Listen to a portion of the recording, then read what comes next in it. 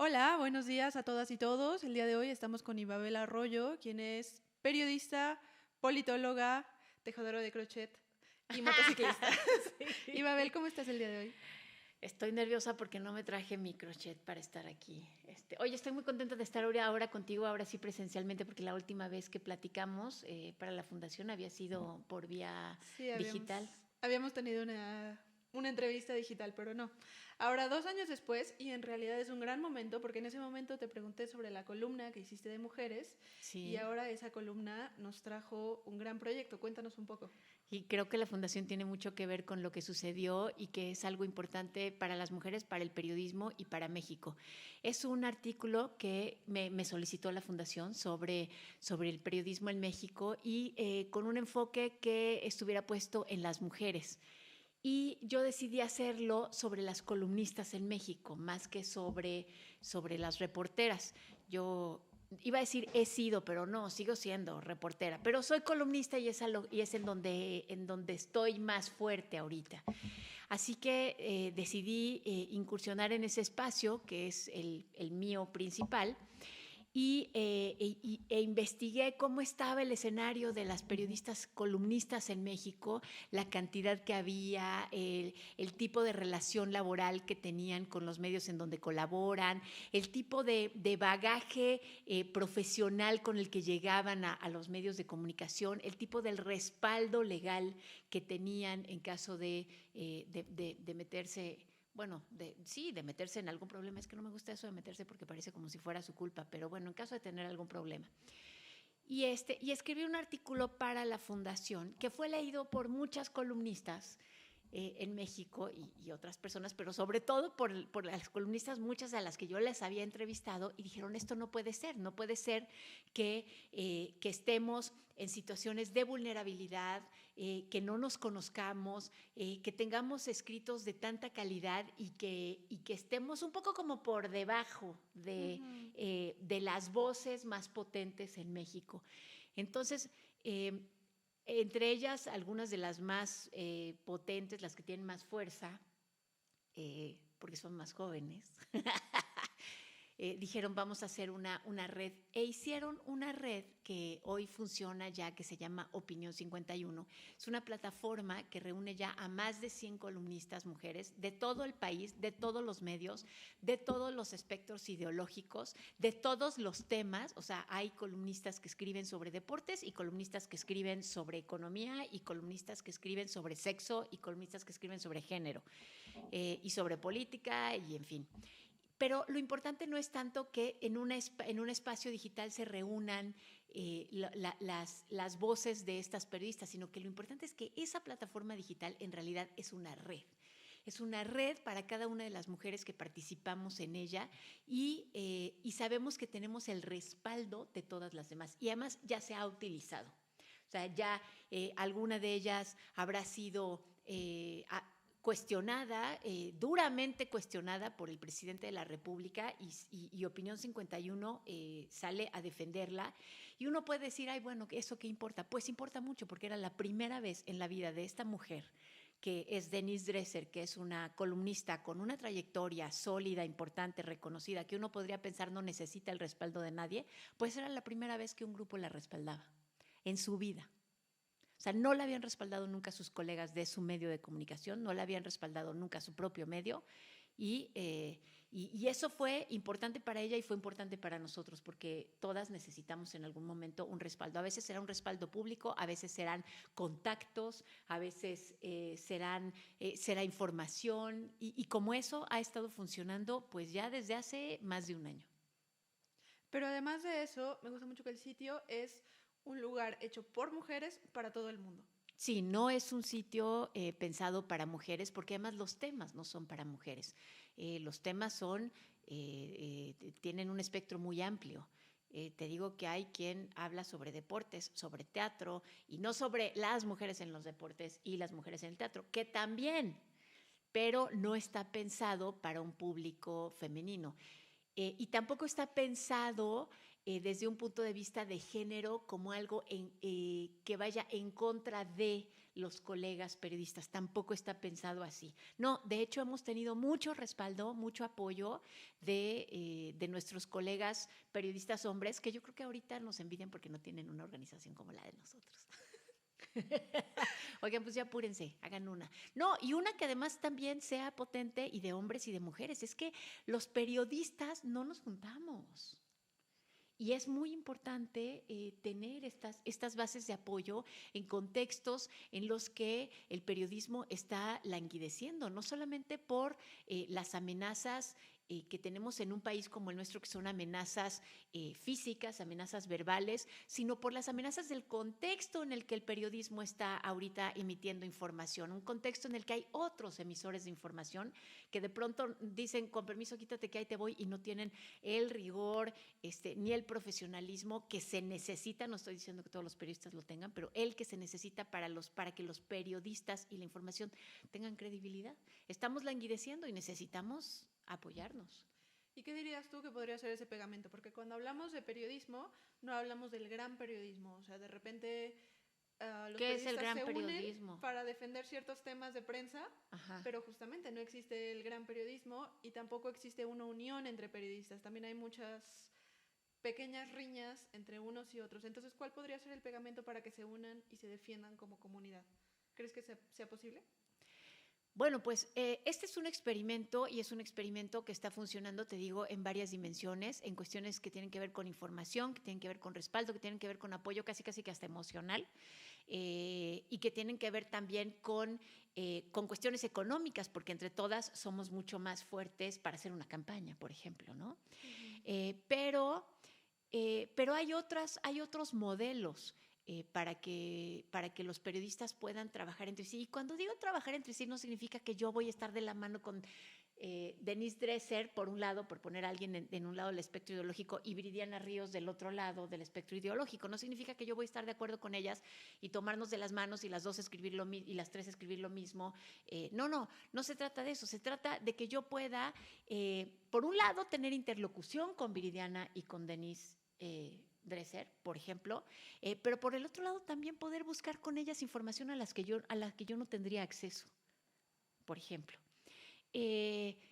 Ahora, hay otros modelos, te decía, y bueno, tú los conoces ahora bien, por ejemplo, los modelos en los que los periodistas se reúnen para proteger no a los periodistas, sino al periodismo a través de la protección al lector. Imaginemos que alguien lo que dice es que yo ya no creo más en las columnistas, entonces todas las columnistas de Opinión 51 decimos, o de otros lugares, cada vez que tú estés en contra de una columnista, mándanos una queja, nosotros vamos a analizar la queja, vamos a ver si esa columnista está mintiendo, utilizó con rigor la información que le fue proporcionada. Y como grupo vamos a decir, esta columnista lo hizo bien, o como grupo vamos a decir, esta columnista no lo hizo bien, y públicamente haremos una recomendación. ¿No? Es una idea que en realidad la estoy copiando de la forma en la que funciona el Consejo de Prensa en Alemania, que para eso está. No está para proteger a los periodistas, está para proteger a los lectores, pero protegiendo a los lectores protege la credibilidad de los periodistas. Y ahora que hablamos de ese aprendizaje, cuéntame, ¿cuál ha sido tu mayor aprendizaje respecto a periodismo este año? Ay, híjole. Bueno, pues estuve con la fundación en su institución en Gummersbach y tuve la posibilidad de intercambiar experiencias con 26 periodistas de distintas partes del mundo con problemas que yo creería al principio que me son ajenos, ¿no? Como que uno está pensando en las conferencias matutinas del presidente mexicano y no está pensando en los conflictos religiosos que están atravesando al periodismo en Palestina, por ejemplo, o los conflictos políticos que vienen de invasión en Líbano, por ejemplo, ¿no? En fin, pero al final de cuentas esos problemas que parecen ajenos no son ajenos, son los mismos problemas. O sea, son problemas para poder tener información confiable.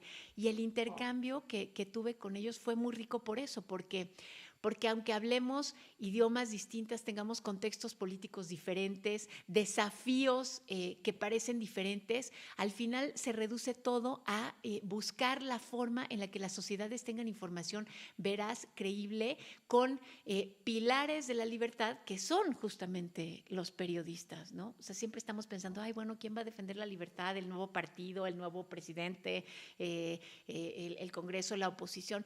En realidad, más importante que todo eso en un sistema político es la información. Y la información que proveen principalmente los periodistas, los que lo hacen con rigor. Y por allá vamos por el lado positivo, pero ahora cuéntame un poco por el otro lado. ¿Qué autocrítica tendrías tú del periodismo actualmente, tanto en México como en el mundo? Ay, pues sí. ¿Del periodismo o de los periodistas?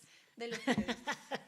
Porque te digo, al periodismo, pues no tengo nada que reclamarme, solamente lo quiero pulir, quiero que funcione, quiero que se reconozca su vital papel en la consolidación de sociedades liberales y democráticas. Pero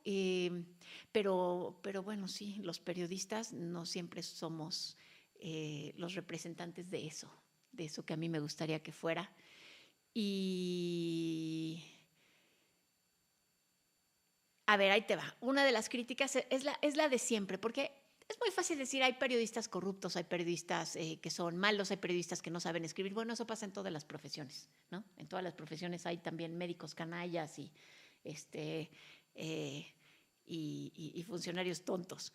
Pero más allá de la incapacidad, la ineptitud o la corrupción, creo que una crítica que sí le podría hacer a los periodistas y al periodismo es la confusión que tienen sobre su papel, o que tenemos, me voy a incluir. O sea, y esa confusión que los lleva o nos lleva a pensar que el periodismo es o una especie de activismo por una causa, o por el otro lado, una manera de acercarse al poder para ejercerlo, ¿no? Que en realidad es lo mismo, si te fijas, o sea, porque en los dos lados hay una causa, no importa que de un lado sea, lo que pasa es que yo quiero tomar decisiones desde el poder y desde el otro lado es, yo quiero incidir en la toma de decisiones públicas a través de la organización cívica, por ejemplo. ¿Y cuál es la verdadera relación del periodismo con el poder?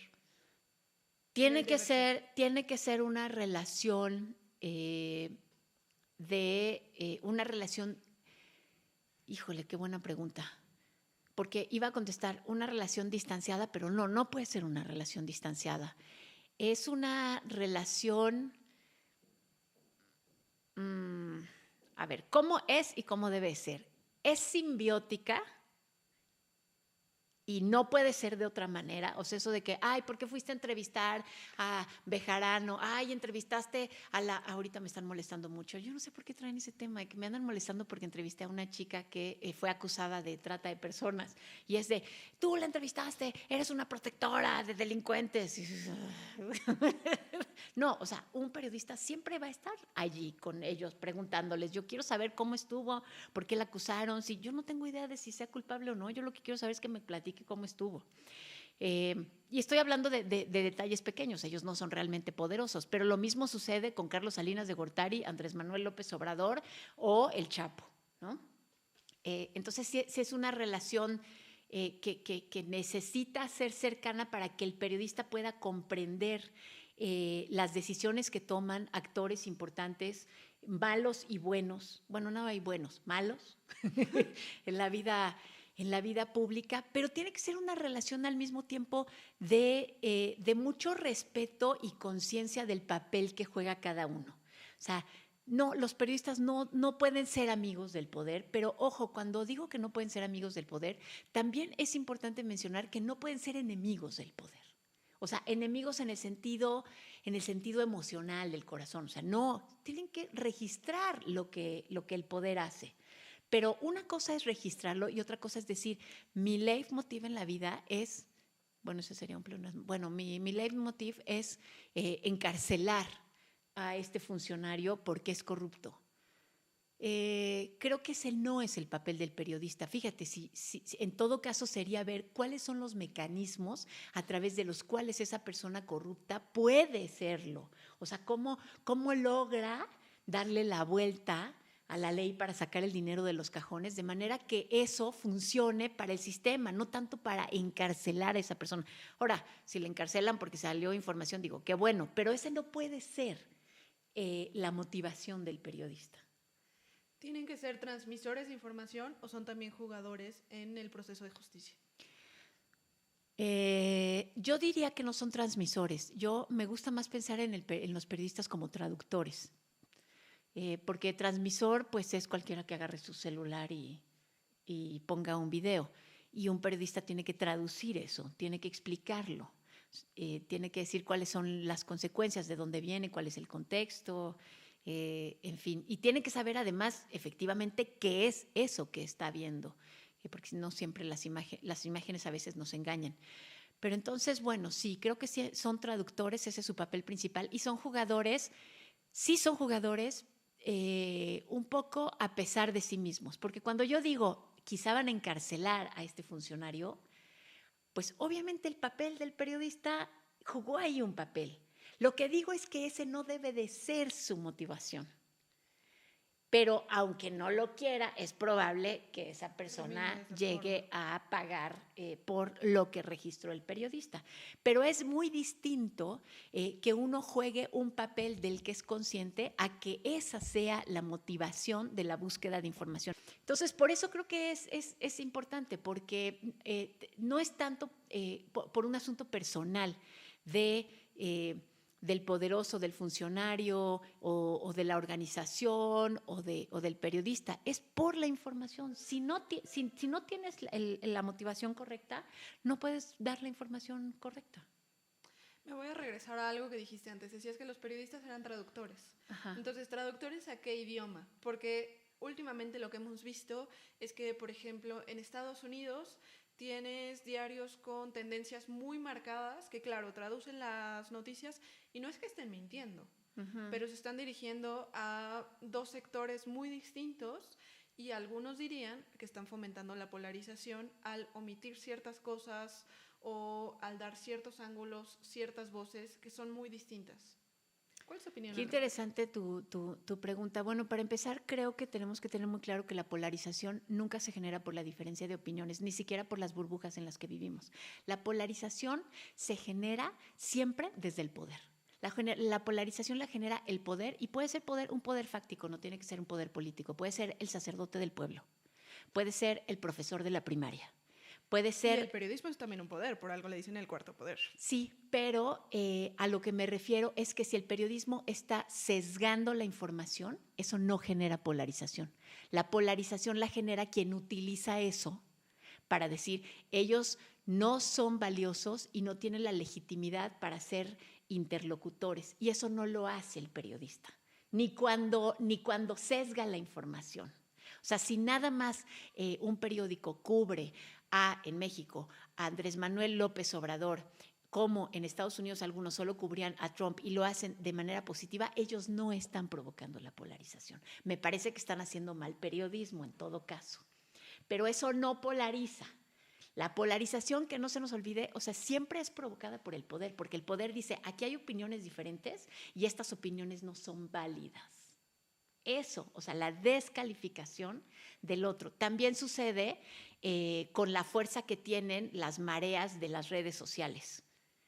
Ahí sí. Ahora, pero es muy, muy importante tu planteamiento, porque el periodismo sí tiene una participación en la generación del ruido que puede ser utilizado por poderes, otra vez, poderes fácticos. A ver, un poder fáctico puede ser una empresa que maneja los bots en las redes, por ejemplo.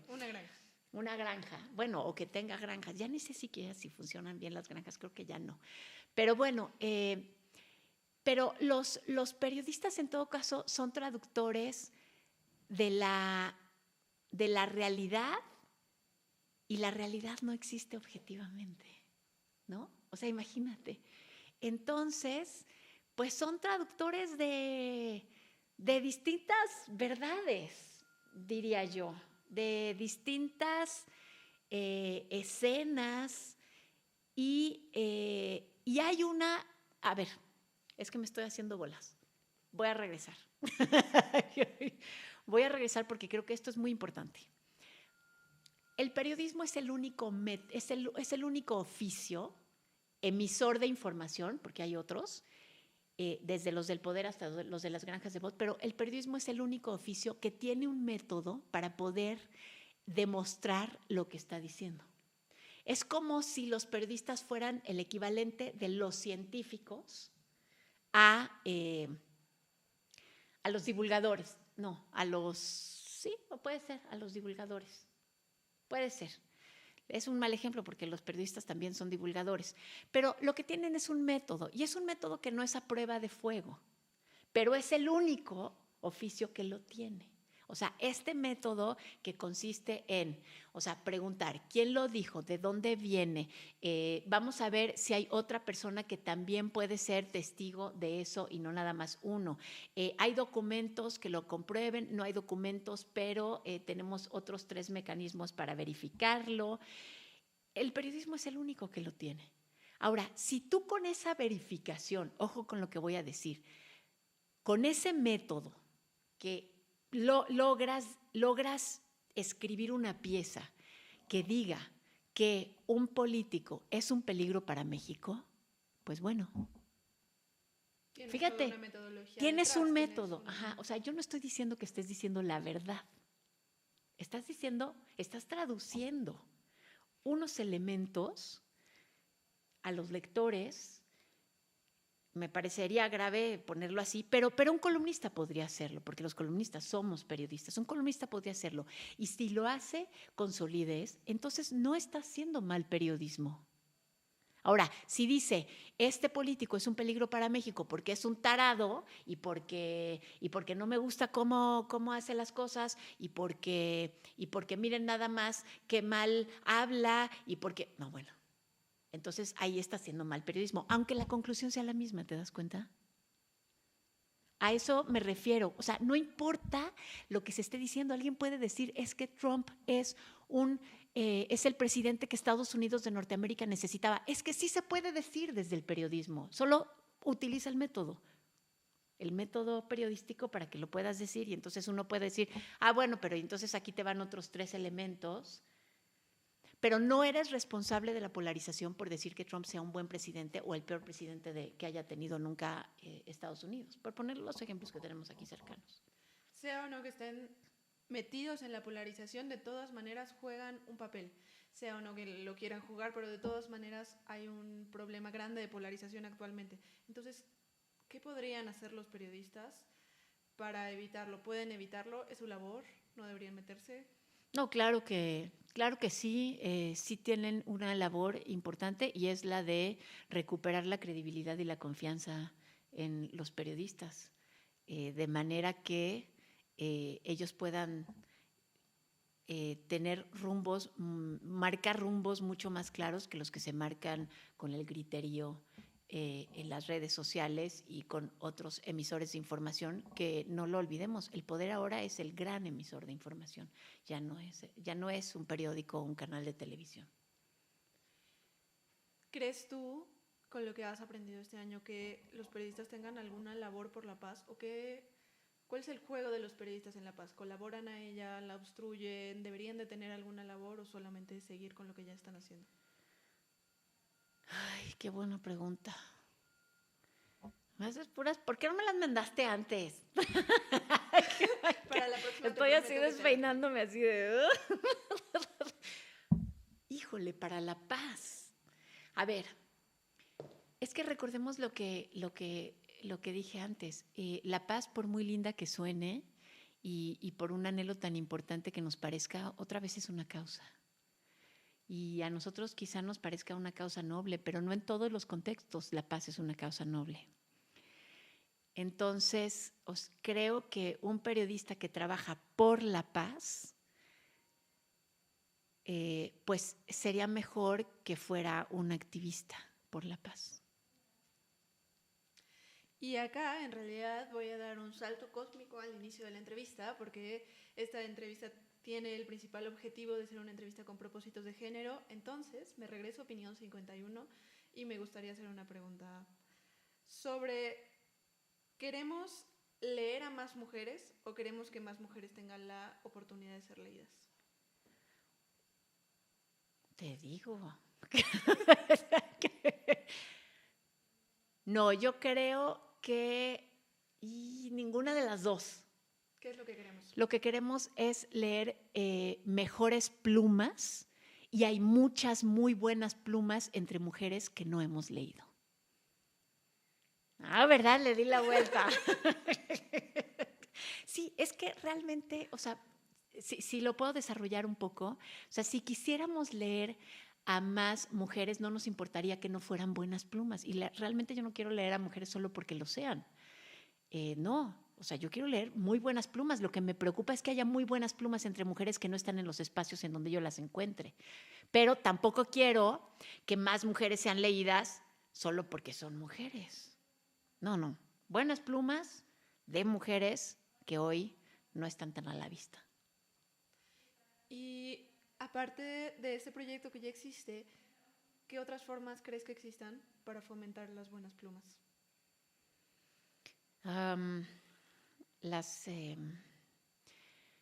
Pues creo que es una responsabilidad de quienes llevamos más tiempo en el periodismo.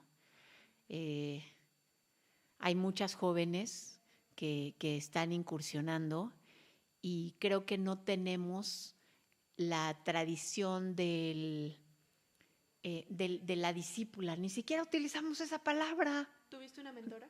Yo no, ni tampoco mentor.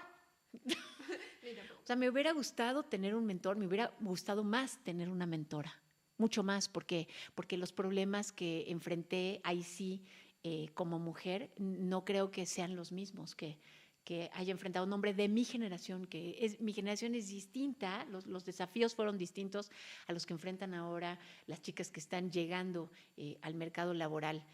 Me gustaría ser mentora, claro, eso creo que es mi responsabilidad, es mi deber. Quizá enseñe algunas cosas mal y quizá eche a perder a 2 o 3, pero me toca. ¿Qué periodista, ya sea en México o en cualquier lugar del mundo, admiras tú más y por qué? Y aquí en periodista, yo sé que es género neutro, pero por periodista mujer. Ok, o sea, ¿solo a qué mujer periodista admiro? ¿Y por qué? Pues es que admiro a muchas.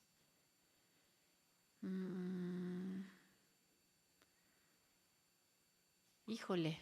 Bueno, ahorita, por ejemplo, ¿sabes qué? Pienso que esa es una pregunta como las del libro favorito, ¿no? Así de, ¿cuál es tu libro favorito? Y tú dices, chin, no, yo como no tengo libro favorito, tengo libro favorito de la semana.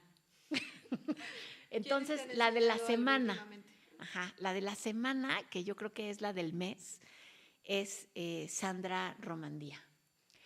Sandra Romandía ella es directora de MX, forma parte de Opinión 51, además creo que como editora, pero es una periodista de investigación muy aguerrida que no entiendo cómo es que o sea, todo el tiempo está buscando información que la pone en peligro y ella nunca sabe cuál es la información que la pone en peligro, porque como publica sobre tantas cosas, entonces, y ahorita pues requiere seguridad, pero ella no sabe si es por lo que publicó sobre la corrupción en el metro, no sabe si es por lo que publicó sobre no son fosas, lugares lugares clandestinos para muertos, ahorita se me fue la palabra, en donde los ponen en las cajas. O sea, no son fosas, pero tampoco son velatorios, en fin, no importa. Esos lugares clandestinos, ilegales, no sabe si es por lo que reveló sobre la mafia de las mafias inmobiliarias en México, en la Ciudad de México me refiero. O sea, no es como, por ejemplo, Héctor de Mauleón, que claramente agarra un tema y tú sabes, está describiendo algo que lo pone en riesgo y que tiene que ver con ciertos grupos de poder, tanto inmobiliario como criminales en la Ciudad de México. Sí, como que con él sabes por lo menos por dónde vendría. Con Sandra Romandía no. Es que todo el tiempo es algo diferente. Agua, corrupción política, corrupción inmobiliaria, cuestiones de género. Es increíble. Por eso la admiro. Es la de la semana. La próxima semana me preguntas otra vez. La seguimos publicando. Ajá. Y ya para terminar, ¿qué consejo te hubiera gustado que te dieran cuando tú empezabas a incursionar en periodismo? Ay, pues me hubiera gustado, fíjate que me hubiera gustado ahí sí tener una mentora que hubiera pasado, que hubiera caminado el camino que yo caminé, porque yo sí me sentía muy, muy sola, muy como que nadie había caminado ese camino, ¿no? Cuando yo entré, por lo menos en mis espacios, en los periódicos en los que estuve, era como que pues, es la loca que viene y es la única. Y algunos de los consejos que me dieron y que fueron equivocados fueron que no se note que escribes como hombre.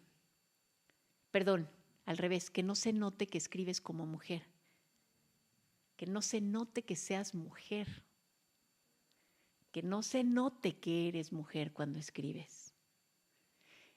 Me hubiera gustado que una mentora me dijera que esa era una patraña. ¿Y ahora se nota que escribes como mujer? Creo que sí. Muchas gracias. Muchas gracias por acompañarnos. Gracias a ti, André. Gracias a la Fundación.